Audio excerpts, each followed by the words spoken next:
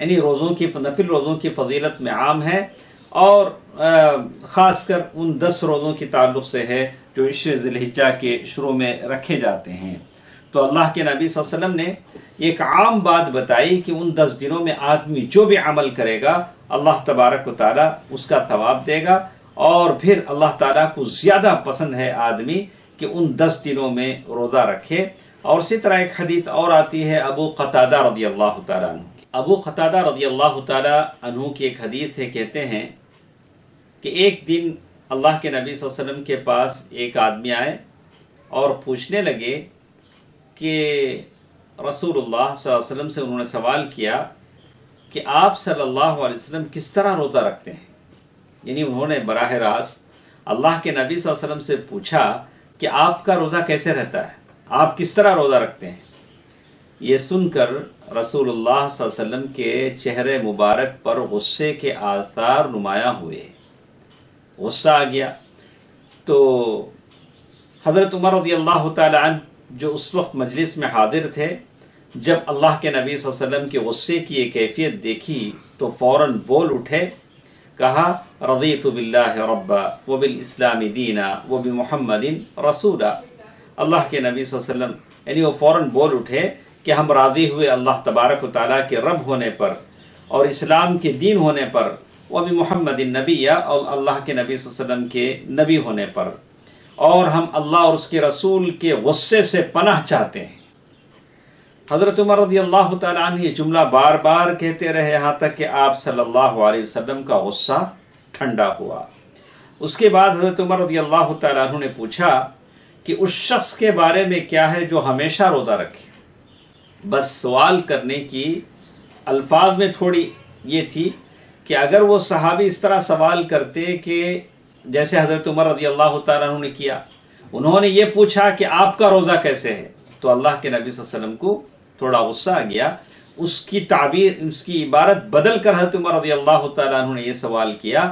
کہ اللہ کے نبی صلی اللہ علیہ وسلم اس شخص کا کیا حکم ہے جو ہمیشہ روزہ رکھے، جسے ہم صوم وصال کہتے ہیں۔ تو اللہ کے نبی صلی اللہ علیہ وسلم نے فرمایا اس نے نہ تو روزہ رکھا اور نہ وہ بغیر روزے رکھا، یعنی ایسے شخص کے روزے کا کوئی حساب نہیں ہے، ہمیشہ روزہ رکھنا، یعنی اس کا کوئی افطار ہی نہیں، روز روزے سے ہے، تو ایسا شخص کمزور ہو جاتا ہے۔ اللہ کے نبی صلی اللہ علیہ وسلم نے فرمایا کہ نہ اس نے روزہ رکھا نہ ہی افطار کیا، اس لیے کہ وہ روزے سے ہے۔ اور اسی طرح حضرت عمر رضی اللہ تعالی عنہ نے پوچھا کہ اس شخص کے بارے میں کیا حکم ہے جو ایک دن روزہ رکھے اور ایک دن روزہ نہ رکھے۔ پہلا وہ آدمی جو ہمیشہ روزہ رکھے، دوسرا سوال یہ تھا کہ ایک دن روزہ رکھے اور ایک دن روزہ نہ رکھے۔ یہ تو داؤد علیہ السلام کا روزہ ہے، یہ تو داؤد علیہ السلام کا روزہ ہے۔ اس کے بعد حضرت عمر رضی اللہ تعالی عنہ نے پوچھا کہ اس شخص کے بارے میں اللہ کے نبی صلی اللہ علیہ وسلم بتائیے جو ایک دن تو روزہ رکھے اور 2 دن بغیر روزے کے رکھے، ایک دن روزہ ہے اور 2 دن بغیر روزے کے رکھے۔ آپ صلی اللہ علیہ وسلم نے فرمایا کہ میں اسے پسند کرتا ہوں، ایک دن روزہ ہے 2 دن بغیر روزے کے ہے، اللہ کے نبی صلی اللہ علیہ وسلم نے فرمایا کہ میں اسے پسند کرتا ہوں، مجھے اتنی طاقت اللہ دے دے، میسر آ جائے۔ اس کے بعد آپ صلی اللہ علیہ وسلم نے فرمایا کہ میں اسے پسند کرتا ہوں، مجھے اتنی طاقت میسر آ جائے۔ اس کے بعد آپ صلی اللہ علیہ وسلم نے فرمایا کہ ایک رمضان سے دوسرے رمضان تک ہر مہینے کی 3 روزے ہمیشہ کے روزے کے برابر ہے۔ ایک رمضان سے دوسرے رمضان تک کی 3 روزے ہمیشہ کے روزے کے برابر ہیں، یعنی ان کا ثواب ہمیشہ روزہ رکھنے کے ثواب کے برابر ہوتا ہے۔ اور آدمی حاجی نہیں ہے تو عرفے کا روزہ رکھتا ہے تو اس کا ثواب ہے۔ تو مجھے اللہ تعالیٰ سے امید ہے کہ وہ اس روزے کی وجہ سے، عرفے کے روزے کے بارے میں اللہ کے نبی صلی اللہ علیہ وسلم سے پوچھا گیا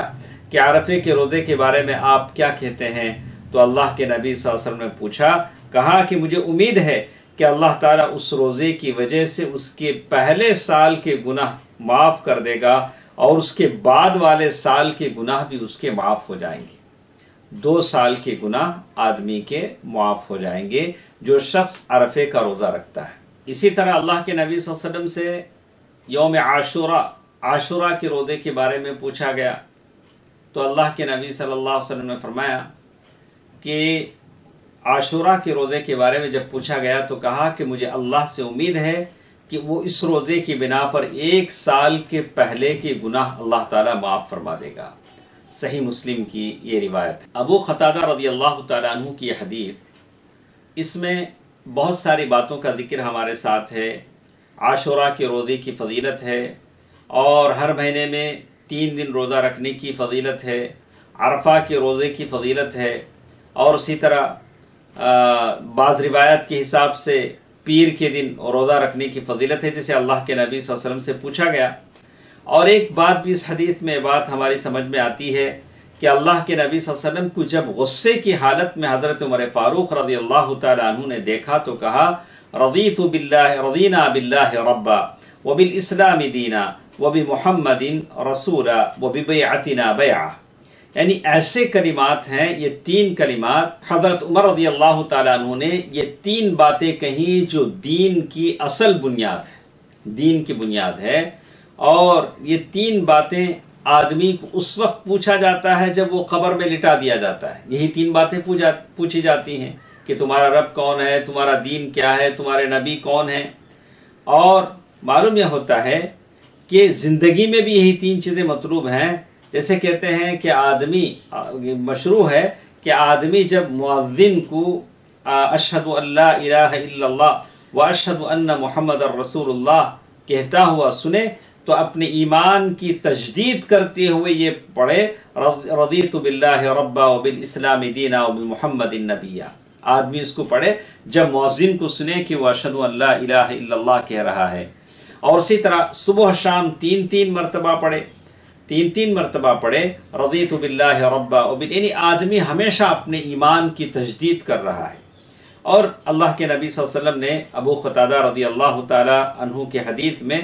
بہت ساری باتیں بتائیں، اور کہا کہ جو شخص صوم وصال کرتے ہیں، یعنی ہمیشہ روزے سے ہیں، ہمیشہ روزے سے ہیں، انہوں نے نہ تو روزہ رکھا نہ روزہ چھوڑا۔ اللہ کے نبی صلی اللہ علیہ وسلم سے صوم وصال کے بارے میں پوچھا گیا، ہمیشہ روزہ رکھنے کے بارے میں، تو اللہ کے نبی صلی اللہ علیہ وسلم نے فرمایا کہ ایسے شخص کو ثواب نہیں ملے گا جو اللہ کے نبی صلی اللہ علیہ وسلم کی سنت کی مخالفت میں روزہ رکھتا ہے۔ اور اس طرح کے موقع پر اللہ کے نبی صلی اللہ علیہ وسلم نے فرمایا کہ واللہ انی لا اخشاکم للہ واتقاکم للہ،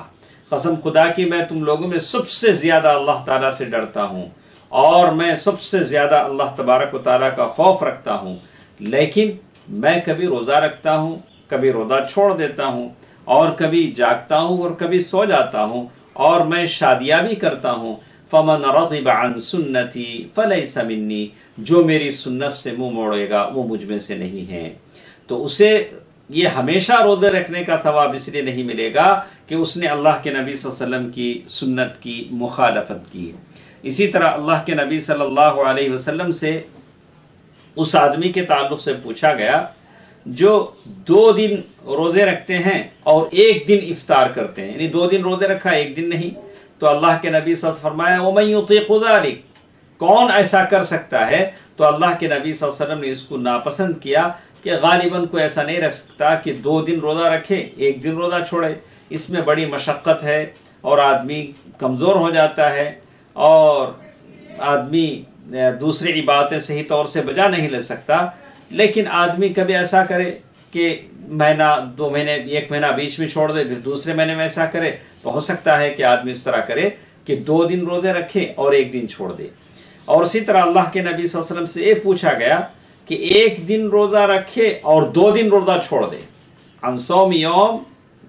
آدمی 1 دن روزہ رکھے اور 2 دن روزہ چھوڑ دے، تو اللہ کے نبی صلی اللہ علیہ وسلم نے اسے پسند کیا، کہا کہ اے کاش اگر یہ طاقت مجھے مل جاتی تو میں ضرور ایسے رکھتا۔ اور یہ صحیح مسلم کی یہ روایت ہے۔ لیکن اللہ کے نبی صلی اللہ علیہ وسلم چونکہ بہت مشغول ہوتے تھے، مہمان آتے تھے، اور جنگوں کی ترتیب، جنگوں کے محاذ ترتیب دینے ہوتے تھے، اور اپنے بیویوں کے حقوق تھے، تو اللہ کے نبی صلی اللہ علیہ وسلم نے کہا کہ کاش اگر یہ چیز مجھے حاصل ہو جاتی تو میں ضرور یہ رکھتا۔ اور اسی طرح اللہ کے نبی صلی اللہ علیہ وسلم سے پوچھا گیا 1 دن روزہ رکھنا 1 دن چھوڑنے کے معاملے میں، تو کہا کہ یہ داؤد علیہ السلام کا روزہ ہے، داؤد علیہ السلام کا روزہ ہے، اور کہا احب الصیام الی اللہ صیام داؤد، اللہ تعالیٰ کو سب سے محبوب روزہ داؤد علیہ السلام کا روزہ ہے، متفق علیہ۔ اور اسی طرح اللہ کے نبی صلی اللہ علیہ وسلم سے پوچھا گیا کہ پیر کے دن کے روزے کے بارے میں، اللہ کے نبی صلی اللہ علیہ وسلم نے کہا کہ پیر کے دن کا روزہ وہ ہے جس میں پیدا ہوا، جس میں نبی بنایا گیا اور اس دن میرے اوپر قرآن نازل ہوا۔ تو یہ